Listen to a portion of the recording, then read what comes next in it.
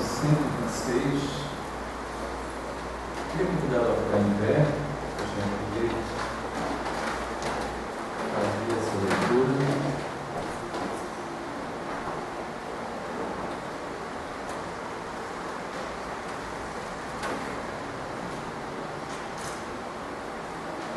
Diz assim o texto: quando o Senhor restaurou a sorte de Sião, ficamos como quem sonha. Então a nossa boca se encheu de riso e a nossa língua de júbilo. Então entre as nações se dizia: grandes coisas o Senhor tem feito por eles. Com efeito, grandes coisas fez o Senhor por nós. Por isso estamos alegres. Restaura, Senhor, a nossa sorte como as torrentes no Negev. Os que com lágrimas semeiam, com júbilo ceifarão. Quem sai andando e chorando enquanto semeia, voltará com júbilo, trazendo os seus feixes. Amém. Vamos ler todos juntos o verso 6, então, concluindo esse salmo. Vamos ler juntos? Vamos lá?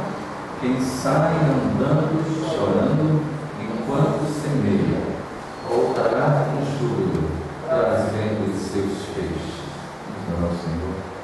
Deus nosso Pai, te rogamos agora, Deus, que os ouvidos do nosso coração, da nossa mente, do nosso sentido, estejam bem abertos e atentos ao que a Tua palavra quer nos ensinar.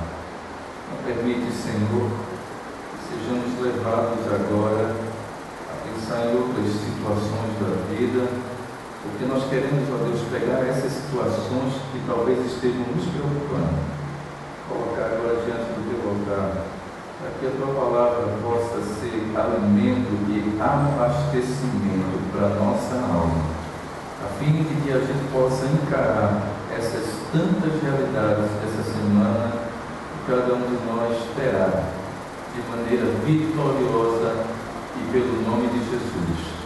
E é no nome dele que a gente ora, que a gente te pede tudo isso. Amém. Pode sentar.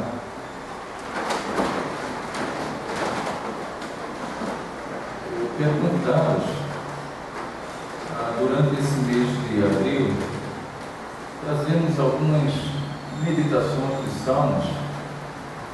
Não vamos dar os 150 salmos, até porque nem é possível fazer isso, mas muitos desses salmos, eles são extremamente importantes para nós, porque apesar da sua tão distante mensagem, escrita há tantos anos atrás, essas histórias têm tudo a ver com a gente, têm tudo a ver com o jeito de vida que a gente leva e com as expectativas a respeito da vida de Deus. E esse Salmo 126, eu vou pedir que você permaneça com a sua Bíblia aberta, esse Salmo 126. O Salmo 126 é um desses salmos chamado de Salmo pós-exílio. Nós temos 150 salmos e alguns desses salmos foram escritos e foram compostos em tempos muito primitivos da nossa vida.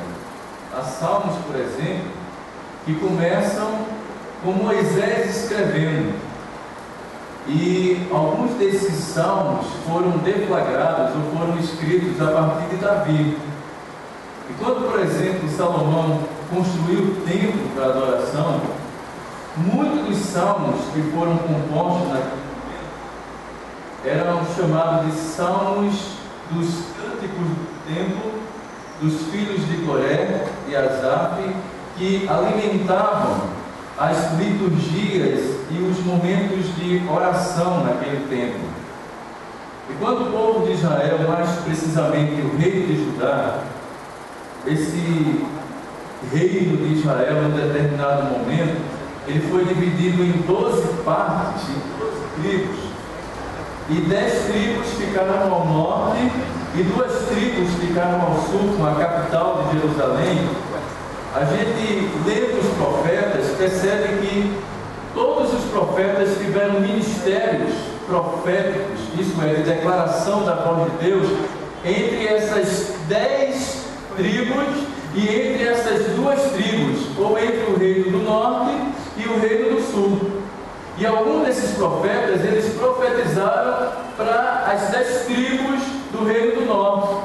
E outros profetas estavam profetizando para as duas tribos do reino do sul.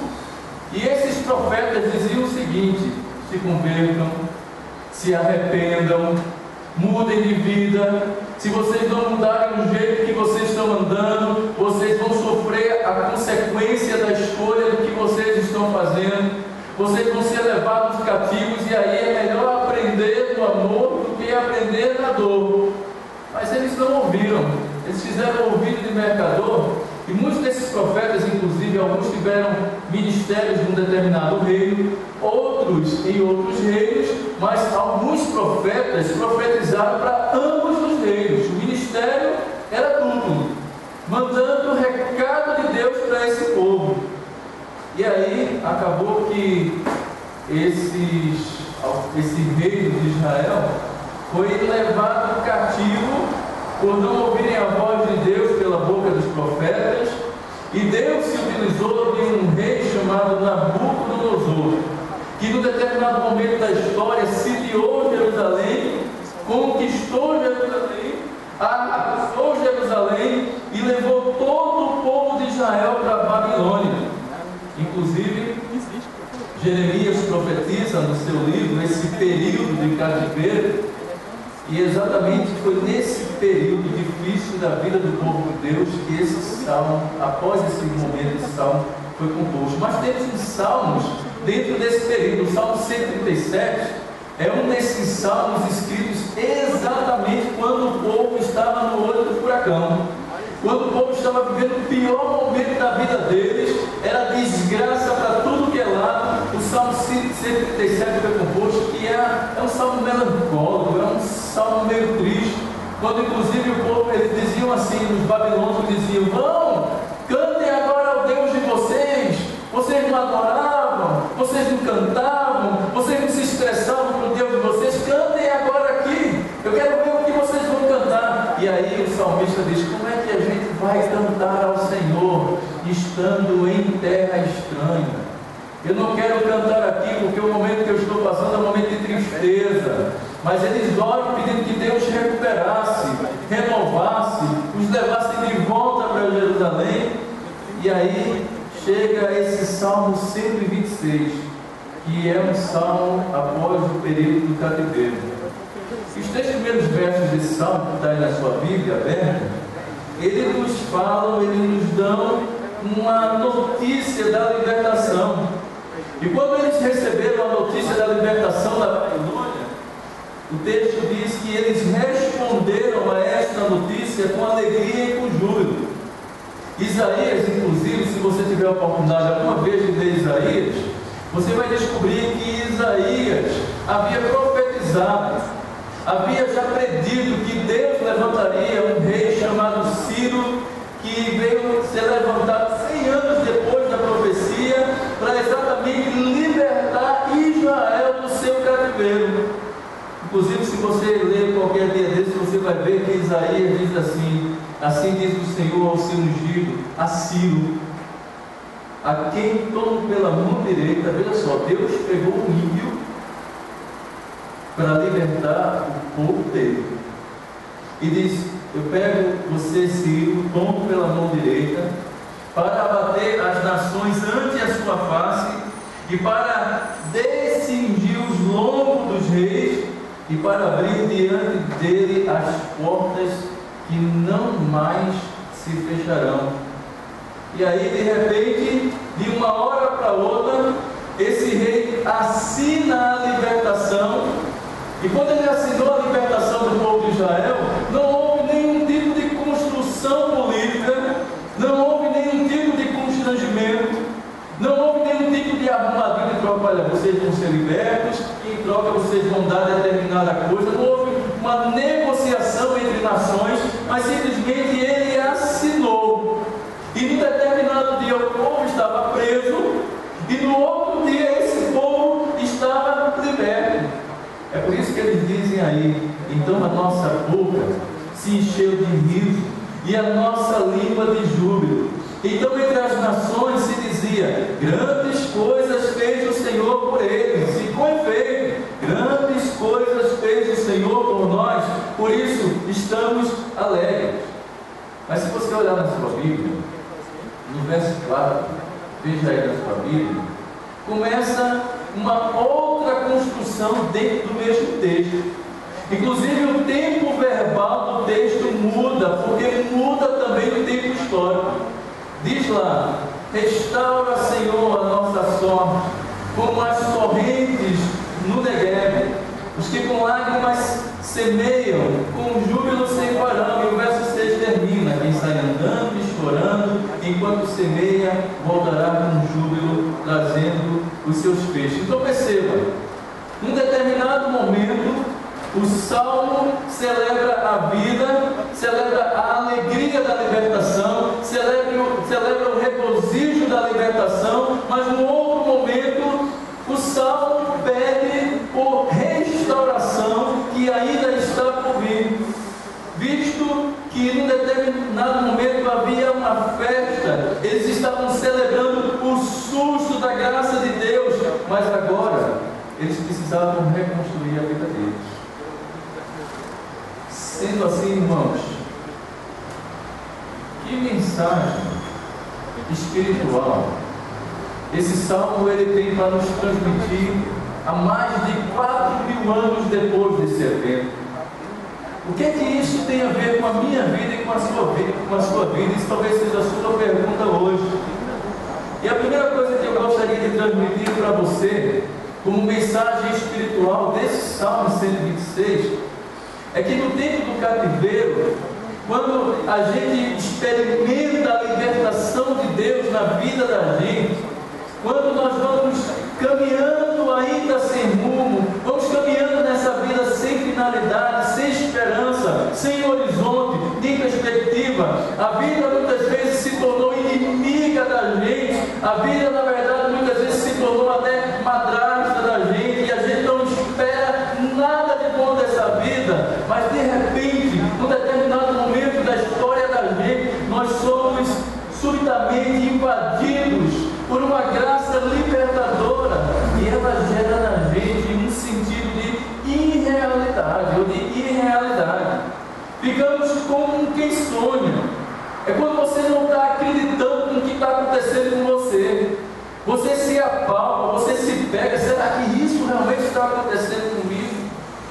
A gente pensa que ontem não poderíamos imaginar que essa coisa poderia acontecer com a gente, mas essas intervenções súbitas da graça de Deus nos coloca, nos traz uma alegria tão grande dentro da gente, que a gente nem muitas vezes consegue abraçar o fato como verdade, e aí nós ficamos como quem sonha.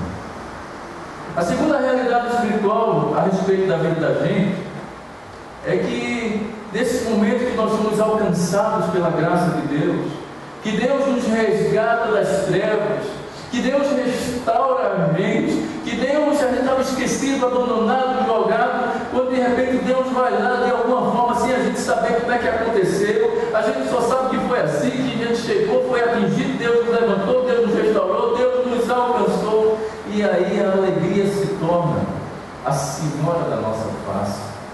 Ele diz: a nossa boca se encheu de riso e a nossa língua de júbilo.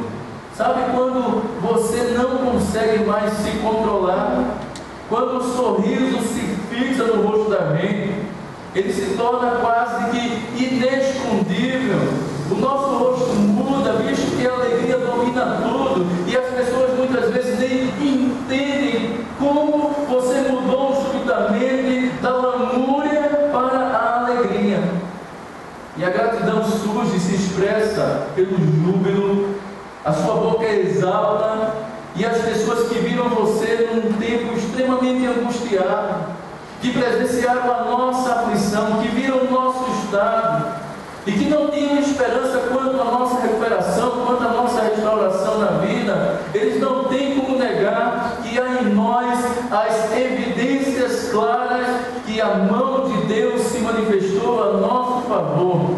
E aí a gente pode dizer, como o salmista diz no Salmo 102, que diz que o Senhor, do alto do seu santuário, desceu dos céus, baixou a vista na terra, para ouvir o gemido dos cativos e libertar os condenados à morte.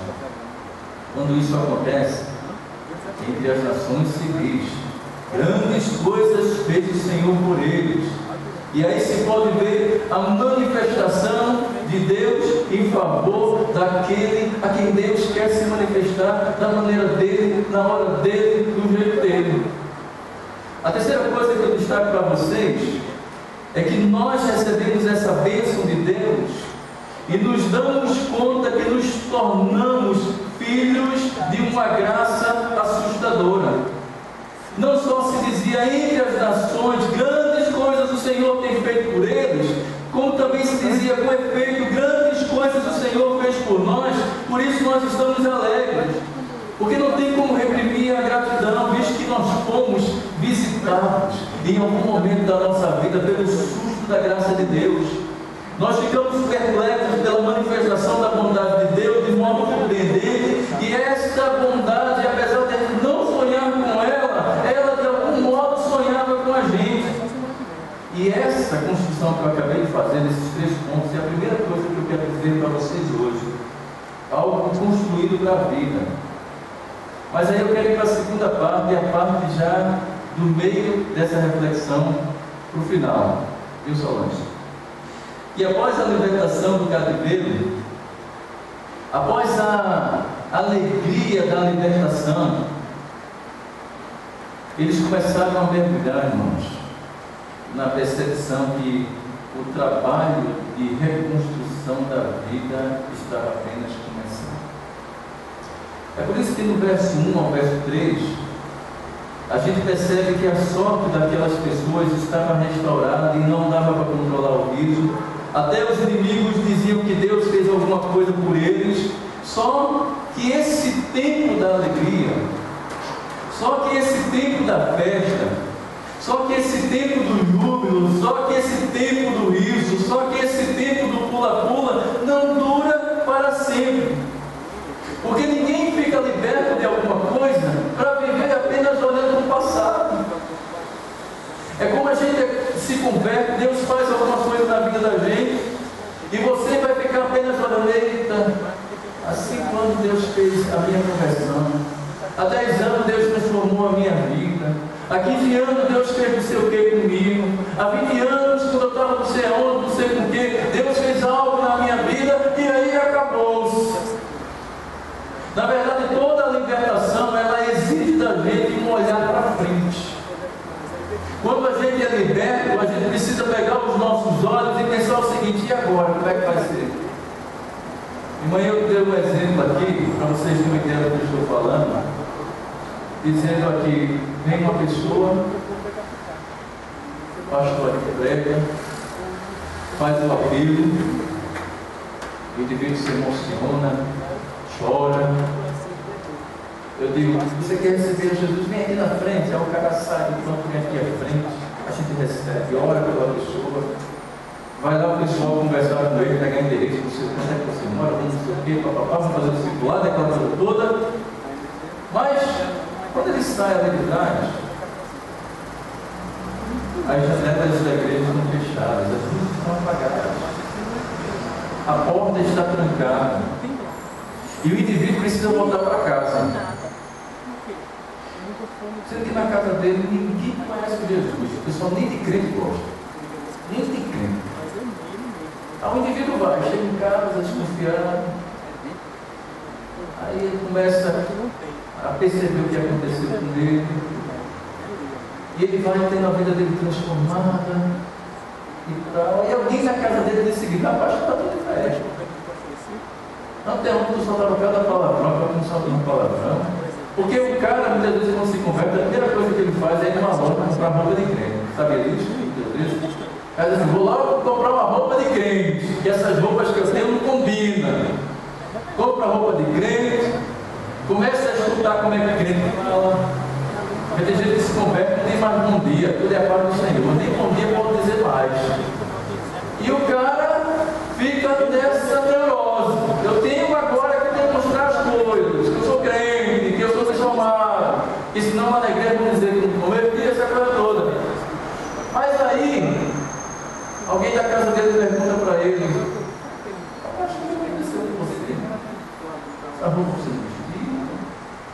falava desse jeito. O que aconteceu? O cara meio assim, mais ou menos, pensa duas vezes.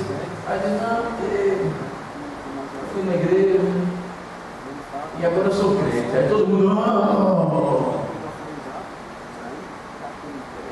E aí, o cara pensa, não acredito, você, rapaz. E o cara cai a ficha na cabeça dele que a vida dele continua, que há determinadas coisas agora que ele vai ter que encarar de um modo diferente, que muitas vezes nesse momento da discussão da nossa vida é exatamente o momento que a gente diz, não aguento mais levar a minha vida do meu jeito, vou me entregar a Jesus, mas às vezes você arrebentou um monte de coisa lá atrás. Você falou o que não devia, você fez o que não devia, você andou por onde não devia, você fez escolhas que não devia, e agora? Simplesmente se apaga. Bem, Deus pegou o seu pecado, jogou no fundo do mar e colocou uma placa lá, proibido pescar aqui, tudo bem.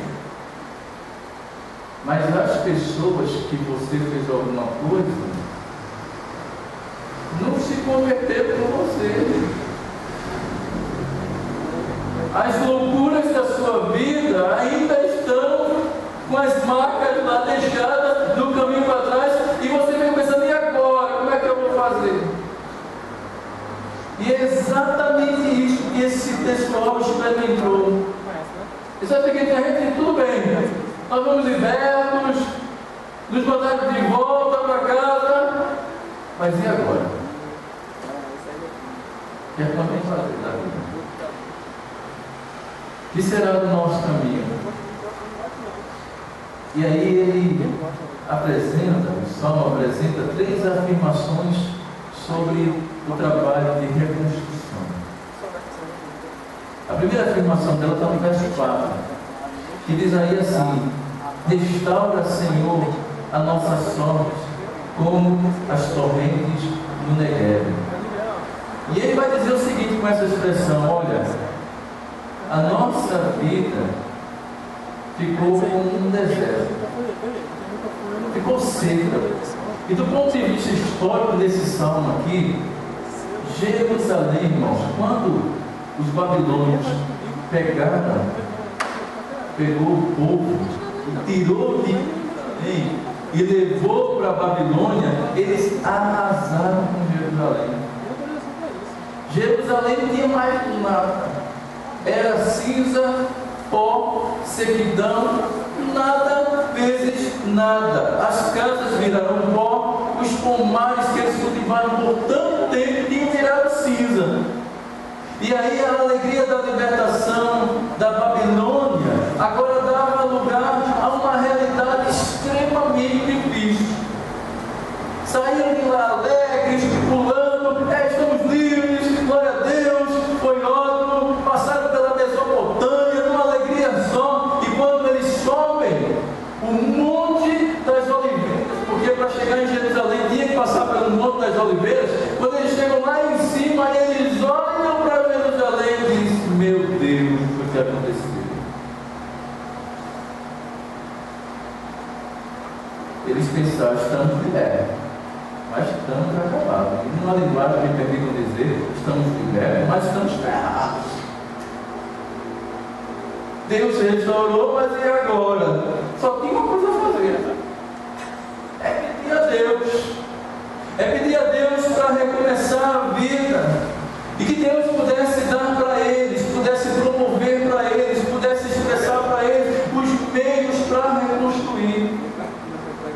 Eles iriam viver uma liberdade agora, mas era uma liberdade mendigante, visto que iam viver só de liberdade, mas no presente a visão era horrível.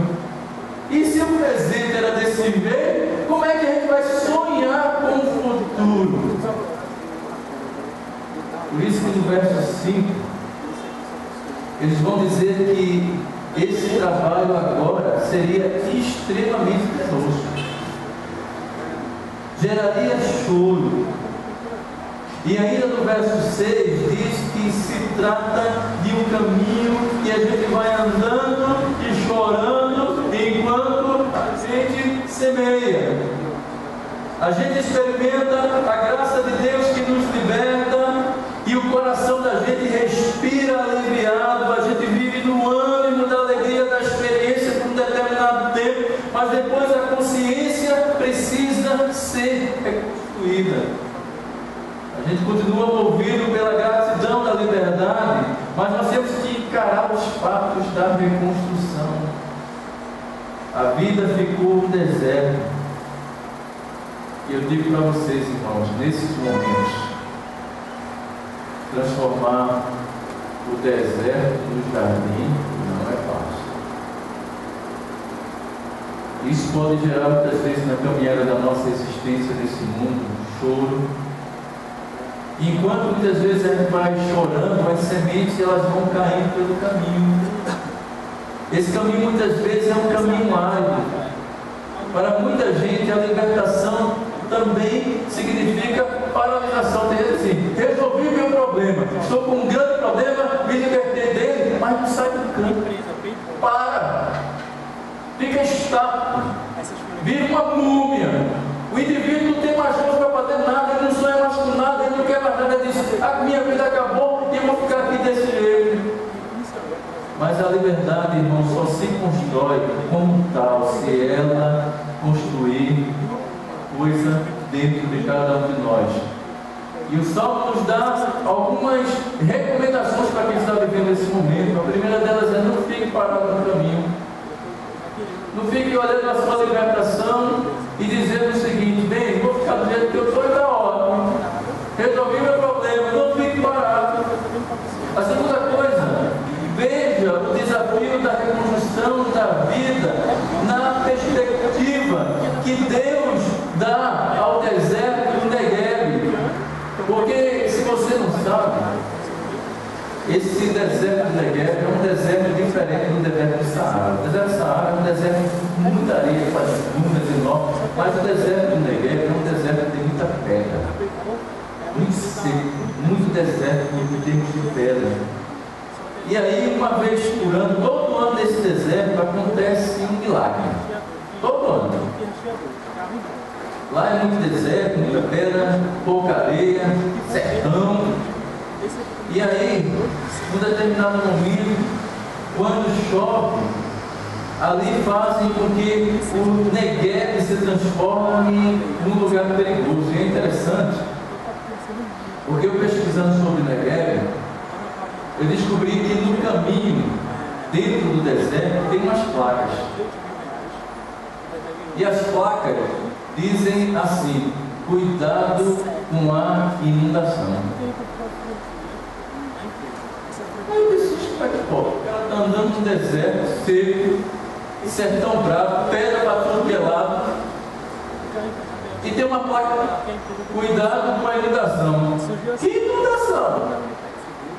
É porque quando chove uma vez por ano, ele é plano, mas ele tem algumas descidas e forma alguns canais, como os cânions. E ali aquela água, ela arrebenta para tudo que é lado. Quando chove, ela sai descendo, tomando lugares e vai para determinado lugar e forma aquelas poças enormes. E muitas vezes até para quem está andando na estrada não consegue transitar por conta da quantidade de água e da corrente que se dá. Por isso tem as placas dizendo: cuidado com as correntes de água, cuidado com a inundação. E aí, o que o autor desse texto do Salmo está dizendo é o seguinte: se o Negueb, que é um deserto, que só tem pedra, que parece um sertão, que a gente só vê morte, que a gente não vê vida, uma vez pode chover e florescer, por que é que isso não pode acontecer com a vida da gente? Porque quando aquela chuva dá, e quando a água passa, não sei se você sabe, mas há alguns sementeiros na natureza que trabalham por Deus, ou em nome de Deus. E ali as sementes dos pássaros vão passando e eles vão, muitas vezes, soltando sementes.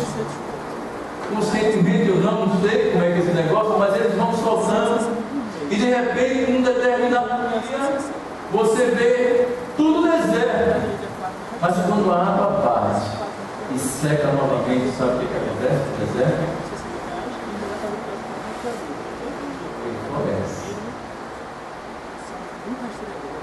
Ele gera vida novamente. Ele gera um novo momento. E quem passa disso, seu deserto. E é isso que o Salmo está dizendo, gente. Se o Negueb, que é Negueb, num determinado momento da vida dele, pode ser um jardim, por que isso não pode acontecer com a vida da gente? Deus pode fazer isso na vida de quem quer que seja. Deus pode fazer florescer no mais profundo e denso deserto, no mais árido deserto que a nossa vida possa estar passando. E é exatamente isso que o Salmo nos deixa como lição. E a terceira coisa, para terminar, ele diz que nós vamos vendo a vida enquanto a gente semeia. Muitas vezes as lágrimas também vão servindo para irrigar as sementes que vão caindo. Porque não sei se você sabe, Israel é um país muito parecido com o nosso Pernambuco, com o nosso Agreste, com o nosso sertão. E lá a água não tem em abundância, como a gente também tem, passando uma crise horrível de água. E na verdade eles descobriram que eles não precisavam de muita água para que as sementes pudessem crescer, mas eles precisavam apenas de luz. E o que exatamente ele está dizendo aqui é o seguinte: não tenha medo de chorar. Não tenha medo que você apenas tenha uma lágrima para chorar. Chore essa lágrima. Porque a partir dessa gota, dessa lágrima, a partir desse minúsculo, essa pequena gotícula de água, o momento da vida pode acontecer em nós. Agora, muitas vezes o que acontece é que se reconstruir, a coisa vai doer. Reconstruir dói, sabe por quê? Porque dá trabalho. Temos muitas vezes o vento contra nós, muitas vezes temos tudo contra nós, e às vezes não há coisas acrescidas a nós, nós temos que lutar contra a matemática da vida, que muitas vezes está extremamente em oposição a gente. Mas no caminho da reconstrução, uma coisa a gente não pode deixar de fazer, é caminhar. Enquanto se anda, chora. E enquanto se chora, anda. O que não pode fazer é o indivíduo, ou é a menina, ou é o moço, ou é o rapaz, parar. O que a gente nunca pode fazer é parar. Por isso que o verso 6 diz: quem sai andando e chorando enquanto semeia, voltará com júbilo, trazendo os seus feixes. E o resultado final, irmãos, dessa caminhada da vida é júbilo. São feixes que a gente vai trazer como resultado. Na verdade, a minha oração e o meu desafio para nós hoje aqui é que Deus nos liberte. A primeira coisa que tem que acontecer com o indivíduo é você ser liberto. Se você não é liberto de você mesmo, se você não é liberto do seu egoísmo, do seu egocentrismo, do seu jeito, se você não está liberto para viver uma vida com Deus e viver segundo Deus, você precisa ser liberto e se libertar em nome de Jesus. Essa é a primeira coisa que tem que fazer. Tem que experimentar a libertação, porque não dá para reconstruir alguma coisa se você ainda permanece segurando o seu velho jeito de ser, as suas vidas nas cordas das suas mãos, como que Deus não existisse. Para ser liberto, é preciso reconhecer a nossa fragilidade. É preciso reconhecer que por mais que a gente seja extremamente inteligente, sabedores de tudo na vida, essa libertação não é nada mais, nada menos do que um paliativo de brincadeira que você possa estar tendo com Deus, porque ali sabe o que acontece? Acontece isso que aconteceu com Israel quando foi liberto do Egito. 400 anos de escravidão. Aí Deus vai e levanta um homem, Moisés, que chega, faz sinais, faz determinadas coisas, é usado por Deus, o povo sai, Deus ajudando. Aí quando ele chega de frente ao mar vermelho, ele diz: e agora, Moisés? Aí tem uma turma, porque parece que é uma coisa, todo lugar tem aquela turma que só bota tudo para baixo, tem esses reclamões, todo lugar tem gente que reclama. Aí uma turma se levanta e diz: não era melhor que a gente ficasse lá? Era melhor que a gente estava melhor lá, Moisés. O cara não entendia, o cara lá só vivia apanhando, morrendo. E agora que ele estava liberto, primeiro lugar, o obstáculo que ele enfrenta, ele diz: é melhor voltar. E às vezes é isso que acontece com a gente. Isso é muito sério, sabe por quê? Porque às vezes a gente enfrenta umas libertações incríveis. E a gente fica cinicamente vivendo a vida como que nada acontecesse. E a gente quer restaurar, vou reconstruir a minha vida, mas você tem libertação. Tem que experimentar a libertação. E a segunda coisa, depois da libertação, tem que encarar a restauração. Tem que trabalhar, tem que mudar, tem que implorar. Desfazer os mal entendidos da trabalho. Desfazer uma palavra maldita requer de nós viração. Requer de nós abrir mão do nosso ego. Pedir a Deus que transforme o deserto um jardim florido. Eu acho que o grande problema da gente é que a gente muitas vezes não confia na graça de Deus. A gente canta sobre a graça de Deus, mas muitas vezes não confia nela, sabe por quê? Porque é muito difícil a gente soltar determinadas coisas. Porque quando a gente solta, a sensação que a gente tem é de vulnerabilidade. Quando você está na sua casa, você tem dinheirinho, tem tanto, mas dá para viver. Aí você diz o seguinte: não, você precisa de ninguém. Tem tudo que eu quero. Preciso mais de quem? Tenho tudo. Tudo que eu preciso, eu tenho. De repente, você começa a descobrir que nem tudo está debaixo das suas mãos. Quer ver uma coisa? Você sente uma dor muito grande no seu corpo. E você vai bater no hospital. Aí você chama um amigo, papai, mamãe, para ir com você vai bem. Aí o médico vem, vamos fazer os exames. E aí diz: olha, você é plantão?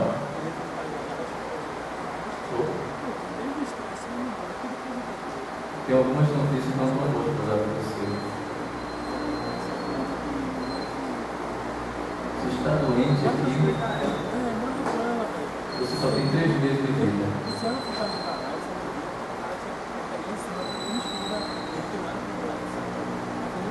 Aí você olha para você mesmo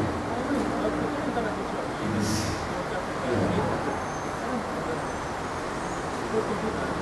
onde é que estão seus juntos? Onde é que estão Onde é que está toda a sua destreza a respeito da vida, todos os seus argumentos, toda a sua teoria a respeito da vida vai criar para Eu fico impressionado como tem gente que sabe tudo a respeito da vida, só não sabe dela mesma. Ah, aconteceu isso com fulano, é porque foi isso. É porque não sei o quê, é porque tem todas as coisas. Mas acontece em determinados momentos de coisa que você diz, e agora? O que é que eu vou fazer? Aí você só tem uma coisa a fazer, ou você se mata, ou você olha para cima. Diz Deus, eu sei que eu não mereço, eu sei que eu sei que eu estou liberto agora, mas eu não consigo resolver esse problema aqui. Restaura, Senhor. Restaura a minha vida. Restaura a minha família. Restaura a minha consciência. Está doente. Eu fui lá na frente da igreja, o pastor disse, quem está doente aqui, precisando de oração, vem aqui à frente, você recebeu a oração. Mas a vida continua. O pastor não vai estar com você todos os dias. Você vai ter que comprar disciplina na sua vida. Você vai ter que continuar estudando, casando, trabalhando, você já solteiro, tentando arrumar um namorado, mas é que for. E daí? Só tem um jeito, gente. E Deus fazer alguma coisa para a gente, é se a gente clamar por restauração da vida. Só dessa forma. E aí, por todo esforço, todo choro, toda angústia, tudo que você pode ir passando, vai ser difícil, vai ser fácil. Mas uma coisa a palavra de Deus nos garante: que sai caminhando e chorando enquanto o Senhor voltará trazendo os seus peixes. E eu diria mais: voltará testemunhando da graça de Deus que Deus fez na vida para o louvor e para a glória do nosso Deus. É isso que você pode fazer. Ou isso de alguma forma não aconteceu com você. É a mesma coisa. Se você tiver a disposição na sua vida, converse com pessoas. Converse comigo. Semana mesmo está aqui de manhã. E não se compara uma coisa com uma bênção de Deus, me assustou. Você me disse para mim, eu acho que eu estou grávida. Eu disse, como é que é esse negócio? Está meio grávida? Calma, tá? Mais ou menos. Aí, tá bom. O que é que ele faz? Ela estava me sentindo bem, nem queria dizer a ela, é bom, não diga ela não, que não está aqui hoje. Ela estava meio assim, preocupada. Olhava para os meus filhos, tudo pequeno ainda, mais um. Olhava para o quarto, até para a cabeça. Mas agonia de pai. E aí começa a pensar, e como é que vou pagar a escola? E como é isso? E o plano de saúde? E a fralda? E isso aqui vai. E vai. O cara vai ficando doido, né? Aí a pessoa faz o exame. Fez o primeiro exame. Use dele. O que é que farmácia, né? Aí beleza, tá. Mas ainda eu disse, não. Possa ser que o negócio deu errado, né? Para ter olhado a validade do produto. Não pode ter falhado, cara. O negócio lá tem logo assim na caixa, 99% de certeza. Mas pode ser 1%. Pode dar. Vai no dia do laboratório. Aí, engraçado que a gente foi para o laboratório, desde que nós saímos no dia, que estou fazendo viagem. Preciso visitar a minha avó, que está com século de saúde, que é grande, e a gente foi exatamente na quinta-feira da Semana Santa. Aí a gente ia pegar o resultado, eu fui. Aí, no final da tarde, um telefone toca. Sim, aí a primeira coisa que a pessoa do outro lado disse: parabéns, papai! Ah, Senhor, restaura a nossa sorte. Restaura, Senhor. É espelho. Mas vai encarar. A Bíblia diz que os filhos são como flechas, né? Então, Senhor, que eu seja bom aquele. É a única coisa que eu peço a Deus, né? Mas o Senhor de Deus da vida é assim também, gente. A gente olha as crises da gente assim, de novo, de novo. Aí estava vendo tão bem, de repente lá vem outra bronca, porque às vezes as broncas vêm de interno e vem no ambiente externo. Você não acredita, estava tão bem, estava dormindo direitinho, tinha acabado esse negócio. E às vezes o casal está assim em casa, né? São Léo. Aí o telefone toca e a sogra. Estou com um problema, aí cada um acredito. Mas tem que ir logo, casou, encara, vai com a sogra, vai com o cunhado, empresta dinheiro para o irmão, do outro, é assim mesmo. Mas não encare esses problemas, essas situações sozinho. Clame pelo Senhor, porque Ele restaura a gente e Ele refaz os nossos caminhos. Amém? Eu queria muito orar com você, com a sua vida. Pedir a Deus, transforma. Na verdade, sempre tem uma música. Não sei se vai dar para cantar agora. Vamos cantar uma canção agora. E essa canção é uma canção desse pedido que a gente tem a Deus de restauração, esse clamor que a gente deve fazer a Deus. Que eu gosto demais, a música do Glória a Deus, fala sobre as pedras. Se você cantasse com a gente, fazendo essa oração ao Senhor, restaura, Senhor, a nossa sorte, assim como o Senhor fez com as correntes do Negev, que possa sair daqui estimulados de verdade. E a restauração.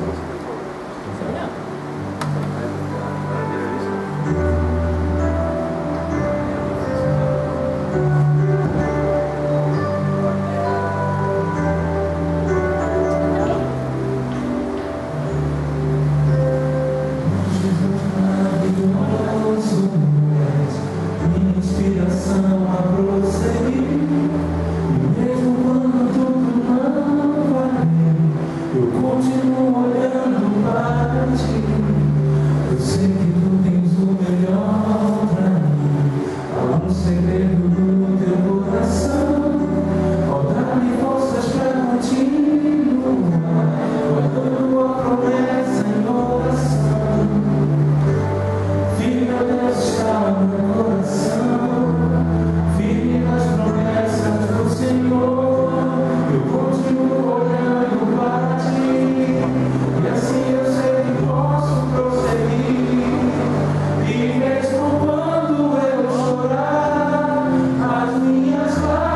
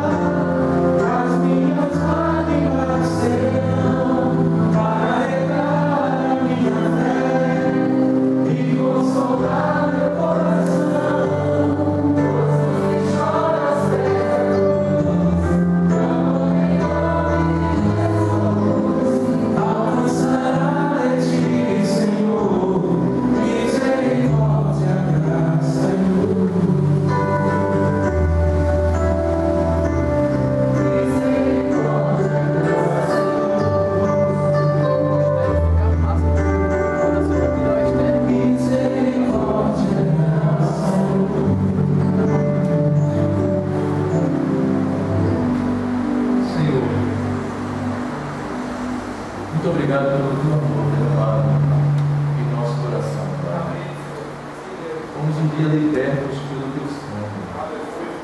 Fomos libertos porque o Senhor subiu naquela cruz do Calvário para morrer em nosso lugar. Fomos recebidos pelo Senhor.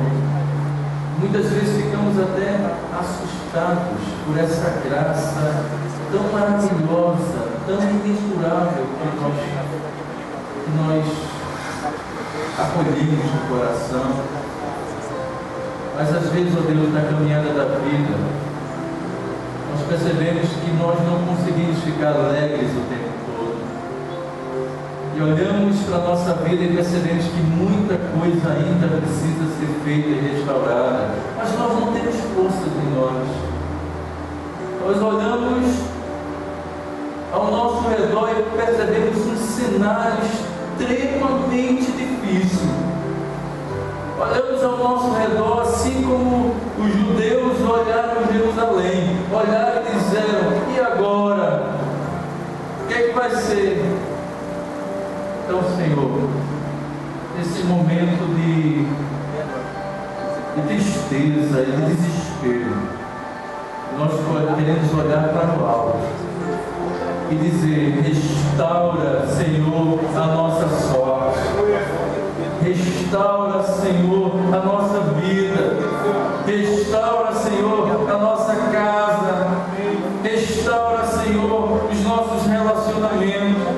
Restaura-nos, Senhor, e tira de nós o pecado, o desejo de ser tão mal como muitas vezes nós somos, e coloca em nós um espírito novo, um coração novo segundo o teu coração.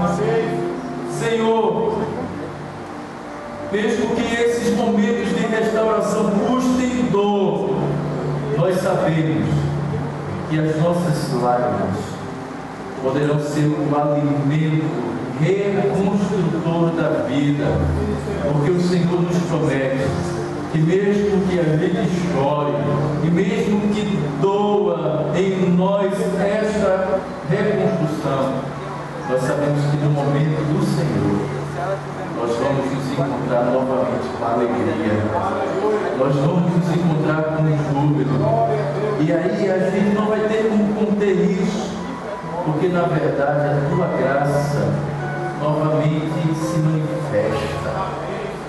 E aí, Deus, a gente precisa dessa vida do Senhor na caminhada. Então, não nos permite, ó Deus, sair desse templo hoje olhando para o chão, desesperançosos. Mas se ainda alguém sair desse jeito, desse lugar, que o teu Espírito vá brotando sementes de esperança.